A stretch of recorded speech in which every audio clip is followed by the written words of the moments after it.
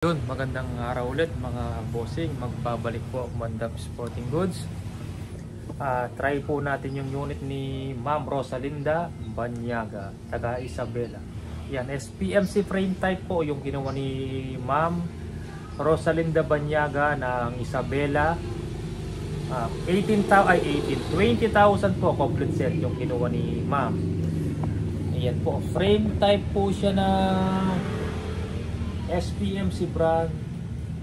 Yan, bago natin na i-box, check muna natin yung groupings bago padala. Dating gawin, mga loads, hindi natin papadala ng pangit tumama ang unit. Yan, pakita natin target mga bossing. 24-inch long barrel po yan, 12 grooves. Hindi po solid na stainless yung barrel yan mga loads.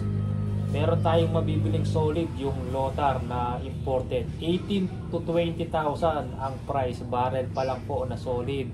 Yan po ay tanso. Naka-sleeve lang po na stainless mga bossing.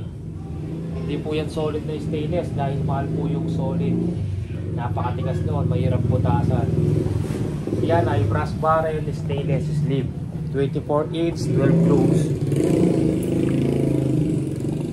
Pakita natin yung target, maraming tama yan mga lods.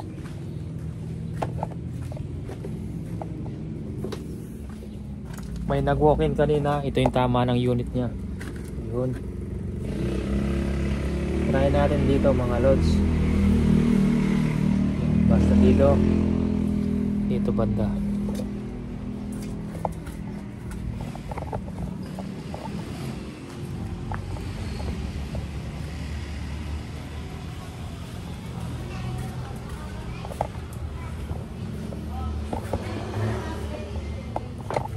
Yan, SPMC frame type.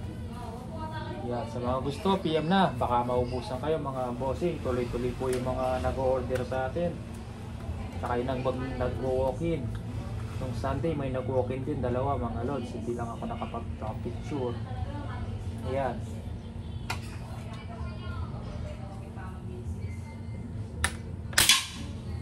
Unang tira.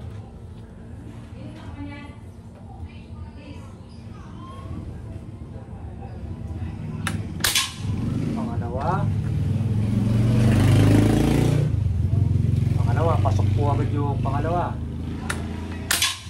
Pasok na naman, pangatlo. Alam na alam mo, pag pangit, una, pangalawa, pangatlo, iwalay na po agad. Pangapat, pasok na naman mga loads, hindi gumalaw. Panglima, yun, bagong bukas po yung Astro natin, ay mature, walang amag. Yung isang binuksan natin, puro amag. Yan, may tumatawag, maya na lang natin sagutin. Maganda talaga tumama yung mga mature ngayon kaysa sa Astro mga loads. Makita natin, tama niya. Malupit. Ma'am Rosalinda Banyaga. Yan.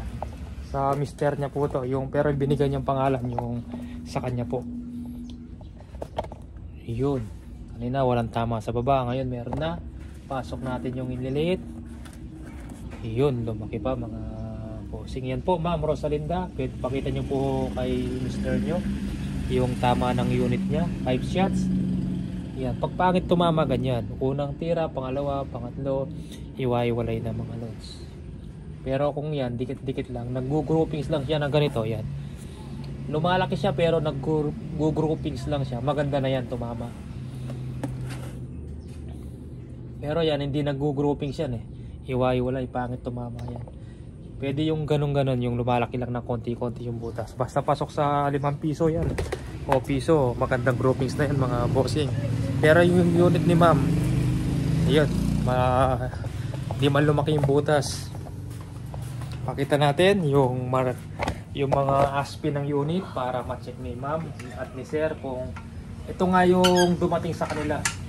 Yung trinay natin kay Ma'am Rosalinda Banyaga. Ito po, left and right po yung wood stock nito ma'am.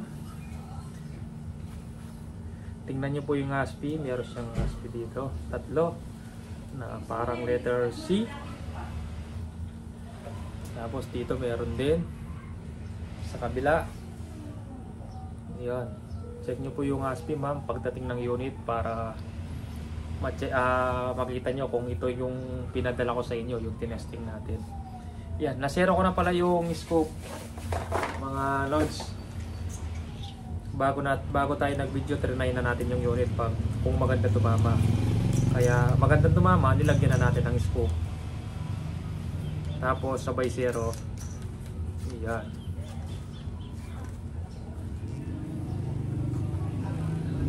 Kasi nyo, baliktad na naman yung open side. Hindi naman nagagamit kaya binaliktad natin. Tumatama po talaga. Kaya re-request natin dito lalagay yung open side. Yan. Sa gitna, tumatama sa scope. Malaking scope po yung nilalagay natin for 16 x 44. Hindi po Busnel mga bossing. Ayan po ma'am. Ibabox ko na ngayon. Papadala natin bukas. Maraming salamat sa tiwala po ma'am.